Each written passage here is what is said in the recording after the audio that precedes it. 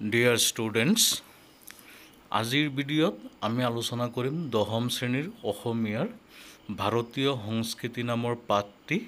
এই পাঠৰ আটাইবোৰ গুৰুত্বপূৰ্ণ প্ৰশ্নোত্তৰ তোমালোকৰ কাৰণে আগবঢ়োৱা হৈছে যাতে তোমালোকে পৰীক্ষাত ভালকৈ লিখিব পাৰা। ইয়াৰ পৰাই পৰীক্ষাত অহাৰ সম্ভাৱনা অধিক। ইয়াত অতিৰিক্ত প্ৰশ্ন বেছি সন্নিৱিষ্ট কৰা হৈছে। পাঠভিত্তিক প্ৰশ্নৰ ওপৰত গুৰুত্ব কম দিয়া হৈছে, কিন্তু আগে পিছে যিবিলাক আহিছে সেই আটাইবোৰ প্ৰশ্নৰ উত্তৰ ইয়াত সন্নিৱিষ্ট কৰা হৈছে। গতিকে সকলোৱে ভিডিঅ'টি শেষলৈ চাবা আৰু উত্তৰবিলাক লিখি লৈ শিকিবৰ চেষ্টা কৰিবা। যদি কোনোবাই PDF ডাউনলোড কৰিব বিচৰা তেতিয়াহ'লে তোমালোকে কমেণ্ট বক্সত কমেণ্ট কৰিবা, মই তোমালোকক PDFৰ লিংক দি দিম। ইয়াৰ উপৰিও যদি চেনেলটোলৈ নতুন আহিছা তোমালোকে চেনেলটো ছাবস্ক্ৰাইব কৰি দিবা। এতিয়া বোলা ভিডিঅ'টি ষ্টাৰ্ট কৰোঁ।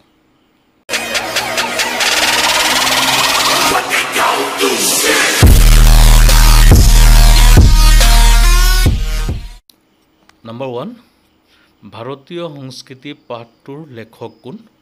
উত্তৰ, ভাৰতীয় সংস্কৃতি পাঠটোৰ লেখক হেম বৰুৱা। নম্বৰ 2, হেম বৰুৱাদেৱৰ কেতিয়া আৰু ক'ত জন্ম হৈছিল? উত্তৰ, হেম বৰুৱাদেৱৰ জন্ম 1915 চনত তেজপুৰত হৈছিল। নম্বৰ 3, হেম বৰুৱাদেৱৰ কেতিয়া মৃত্যু হৈছিল? উত্তৰ, 1977 চনত হেম বৰুৱাদেৱৰ মৃত্যু হৈছিল। নম্বৰ 4, হেম বৰুৱাৰ এখন উল্লেখযোগ্য গ্ৰন্থৰ নাম লিখা। উত্তৰ, হেম বৰুৱাৰ এখন উল্লেখযোগ্য গ্ৰন্থ হ'ল the red river and the blue hill. Number 5, Hem Barua অসম সাহিত্য সভাৰ কোনখন অধিৱেশনৰ সভাপতি আছিল? উত্তৰ, 1972 চনত ধুবুৰীত অনুষ্ঠিত হোৱা অসম সাহিত্য সভাৰ অধিৱেশনৰ সভাপতি আছিল হেম বৰুৱা। নম্বৰ 6, ইংৰাজ ৰোমান্টিক কবি কিটছৰ সম্পূৰ্ণ নাম কি? এনচাৰ, ইংৰাজ ৰোমান্টিক কবি কিটছৰ সম্পূৰ্ণ নাম জন কিটছ।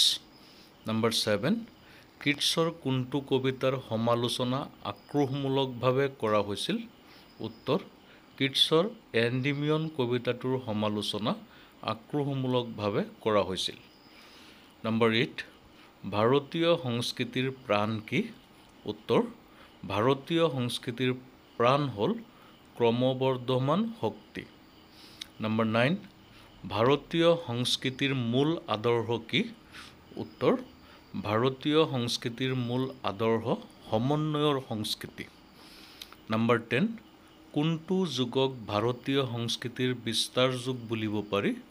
উত্তৰ, প্ৰকৃতপক্ষে বৌদ্ধ ধৰ্ম প্ৰচাৰৰ যুগক ভাৰতীয় সংস্কৃতিৰ বিস্তাৰ যুগ বুলিব পাৰি। নম্বৰ 11, সংস্কৃতিৰ অৰ্থ কি? উত্তৰ, সংস্কৃতি হৈছে কোনো এটা জাতিৰ বা সমাজ এখনৰ জীৱন প্ৰতিভা। নম্বৰ 12, সংস্কৃতিৰ মাপকাঠি কি? উত্তৰ, ভাষা, সাহিত্য, দৰ্শন, সুকুমাৰ কলা আদিৰ ক্ষেত্ৰত প্ৰকাশিত প্ৰতিভাই সংস্কৃতিৰ মাপকাঠি। নম্বৰ 13, শিৱ আৰু শক্তি পূজাৰ মূল ক'ত আৱিষ্কাৰ হৈছিল? উত্তৰ, শিৱ আৰু শক্তি পূজাৰ মূল মহেঞ্জোদাৰোত সংস্কৃতিৰ পৰা আৱিষ্কাৰ হৈছিল। নম্বৰ 14, মহেঞ্জোদাৰো সংস্কৃতিৰ সম্পদ কি? উত্তৰ, মহেঞ্জোদাৰো সংস্কৃতিৰ সম্পদ ধ্যানস্থ শিৱৰ কল্পনা। নম্বৰ 15, লিংগ পূজা কোন যুগৰ নিদৰ্শন? উত্তৰ, লিংগ পূজা অনাৰ্য যুগৰ নিদৰ্শন। নম্বৰ 16, শিৱ আৰ্য নে অনাৰ্য দেৱতা? উত্তৰ, শিৱ অনাৰ্য দেৱতা। নম্বৰ 17, কামাখ্যা দেৱী আদিতে কোন গোষ্ঠীৰ দেৱী আছিল? উত্তৰ, কামাখ্যা দেৱী আদিতে অনাৰ্য গোষ্ঠীৰ দেৱী আছিল। নম্বৰ 18, হিন্দুৰ শ্ৰাদ্ধ বিধি কোন যুগৰ অৱদান? উত্তৰ, হিন্দুৰ শ্ৰাদ্ধ বিধি অনাৰ্য যুগৰ অৱদান। নম্বৰ 19, ভাৰতীয় জীৱনৰ মূল সম্পদ কি? উত্তৰ, ভাৰতীয় জীৱনৰ মূল সম্পদ সংস্কৃতিৰ অবিচ্ছিন্ন ধাৰা। নম্বৰ 20, কামাখ্যাত আগেয়ে কোন সম্প্ৰদায়ৰ লোকে পুৰোহিতৰ কাম কৰিছিল? উত্তৰ, কামাখ্যাত আগেয়ে গাৰো সম্প্ৰদায়ৰ লোকে পুৰোহিতৰ কাম কৰিছিল। নাম্বাৰ 21, ফ্ৰম বলগা টু গংগা কাৰ ৰচনা? উত্তৰ, ফ্ৰম বলগা টু গংগা পণ্ডিত ৰাহুল সংস্কৃতায়নৰ ৰচনা। নাম্বাৰ 22, সৰ্বপল্লী ৰাধাকৃষ্ণনে কালীয় দমনক কি আখ্যা দিছে? উত্তৰ, সৰ্বপল্লী ৰাধাকৃষ্ণনে কালীয় দমনক আৰ্যই অনাৰ্যক সংস্কৃত কৰাৰ প্ৰতীকধৰ্মী নৃত্য বুলি আখ্যা দিছে। নাম্বাৰ 23, ইছলামীয় ভাস্কৰ্যৰ মূল সম্পদ কি? উত্তৰ, ইছলামীয় ভাস্কৰ্যৰ মূল সম্পদ হ'ল গঠনৰ সৰলতা আৰু সূক্ষ্মতা। নাম্বাৰ 24, চুফীবাদৰ মূল আধাৰ কি? উত্তৰ, চুফীবাদৰ মূল আধাৰ কোৰাণ। নাম্বাৰ 25, অজন্তাৰ ছবিবোৰত প্ৰকাশ পোৱা ভাৱবস্তু দুটা কি কি?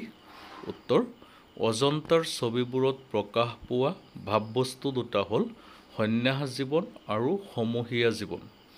নাম্বাৰ 26, গান্ধীজীয়ে নতুন যুগৰ ভাৰতীয় সংস্কৃতি কেনেকুৱা হ'ব লাগে বুলি মত প্ৰকাশ কৰিছে? উত্তৰ, গান্ধীজীয়ে নতুন যুগৰ ভাৰতীয় সংস্কৃতি সমন্বয়ৰ বস্তু হ'ব লাগে বুলি মত প্ৰকাশ কৰিছে। নাম্বাৰ 27, সুকুমাৰ কলাৰ ভিতৰত কোনটো শিল্পক বেছি স্থায়ী বোলা হৈছে? উত্তৰ, সুকুমাৰ কলাৰ ভিতৰত চিত্ৰশিল্পক বেছি স্থায়ী বোলা হৈছে। নাম্বাৰ 28, মধ্য এছিয়া কা ইতিহাস কোনে লিখিছিল? উত্তৰ, মধ্য এছিয়া কা ইতিহাস পণ্ডিত ৰাহুল সংস্কৃতায়নে লিখিছিল। নাম্বাৰ 29, কোনে পাঞ্জাৱ আৰু আফগানিস্তানক এক কৰি থ'ব বিচাৰিছিল? উত্তৰ, গ্ৰীকসকলে পঞ্জাৱ আৰু আফগানিস্তানক এক কৰি থ'ব বিচাৰিছিল। নাম্বাৰ 30, ব্যক্তিবাদী চিত্ৰকলাৰ লক্ষ্য কি? উত্তৰ, ব্যক্তিৰ জীৱন প্ৰকাশ কৰাই ব্যক্তিবাদী চিত্ৰকলাৰ মূল লক্ষ্য। নাম্বাৰ 31, কাঞ্জীভৰামৰ মন্দিৰত কিমানটা স্তম্ভ আছে? উত্তৰ, কাঞ্জীভৰামৰ মন্দিৰত কমেও 1000টা স্তম্ভ আছে। নাম্বাৰ 32, ভাৰতীয় ভৌগোলিক জীৱন কেনেকুৱা? উত্তৰ, ভাৰতীয় ভৌগোলিক জীৱন বৈচিত্ৰ্যময়। 33, কোন যুগত ভাৰতক আৰু কান্দাহাৰক এক কৰাৰ প্ৰচেষ্টা চলিছিল? উত্তৰ, মৌৰ্য যুগত ভাৰতক আৰু কান্দাহাৰক এক কৰাৰ চেষ্টা চলিছিল। নাম্বাৰ 34, মোগল আৰু ৰাজপুত চিত্ৰকলাৰ প্ৰধান লক্ষণ কি? উত্তৰ, মোগল আৰু ৰাজপুত চিত্ৰকলাৰ প্ৰধান লক্ষণ অনুভূতিৰ প্ৰসাৰতা। নাম্বাৰ 35, কোনগৰাকী মোগল সম্ৰাটৰ আমোলত চিত্ৰশিল্পৰ নতুন ধাৰা পোনপ্ৰথমে ভাৰতত প্ৰৱেশ কৰে? উত্তৰ, মোগল সম্ৰাট বাবৰৰ আমোলত চিত্ৰশিল্পৰ নতুন ধাৰা পোনপ্ৰথমে ভাৰতত প্ৰৱেশ কৰিছিল। নাম্বাৰ 36, মুছলিম আৰু হিন্দুৰ প্ৰথম সংঘৰ্ষই হিন্দুৰ মনত পোনতে কিহৰ সৃষ্টি কৰিছিল? উত্তৰ, মুছলিম আৰু হিন্দুৰ প্ৰথম সংঘৰ্ষই হিন্দুৰ মনত পোনতে বিপ্লৱৰ সৃষ্টি কৰিছিল। নাম্বাৰ 37, গ্ৰীকসকলৰ হাতত পৰাজিত হোৱা জাতিটোৰ নাম কি? উত্তৰ, গ্ৰীকসকলৰ হাতত পৰাজিত হোৱা জাতিটোৰ নাম মাইকেনিয়ান। নাম্বাৰ 38, আৰ্যসকলৰ আদিম বাসভূমি কি আছিল? উত্তৰ, মধ্য এছিয়া আৰ্যসকলৰ আদিম বাসভূমি আছিল। 39, উত্তৰ ভাৰতীয় ভাস্কৰ্যত কিহৰ প্ৰাদুৰ্ভাৱ সৰহকৈ দেখা যায়? উত্তৰ, উত্তৰ ভাৰতীয় ভাস্কৰ্যত বৃত্ত আৰু বক্ৰৰেখাৰ প্ৰাদুৰ্ভাৱ সৰহকৈ দেখা যায়। নাম্বাৰ 40, ব্যক্তিবাদী চিত্ৰকলা কাৰ দৰবাৰত জন্ম হৈছিল? উত্তৰ, তাইমুৰ আৰু চেংগিছ-খাৰ দৰবাৰত ব্যক্তিবাদী চিত্ৰকলাৰ জন্ম হৈছিল। এইকেইটাই 1 নম্বৰীয়া প্ৰশ্ন চেপ্টাৰ 2 পৰা তোমালোকক দিয়া হৈছে, ভালকৈ শিকি ল'বা। ইয়াৰ উপৰিও কিছুমান প্ৰশ্ন যিবিলাক আগে পিছে আহিছে 2, 3, 4, 5 নম্বৰীয়া সেইবিলাক চোৱা। আৰ্টৰ বিপৰীত পন্থা দুটা কি কি? নাইবা সাধাৰণতে সকলো আৰ্টৰ মূলতে দুটা বিপৰীত পন্থাই কাম কৰা দেখা যায়। ইয়াত উল্লেখ কৰা বিপৰীত পন্থা দুটাৰ বিষয়ে লিখা।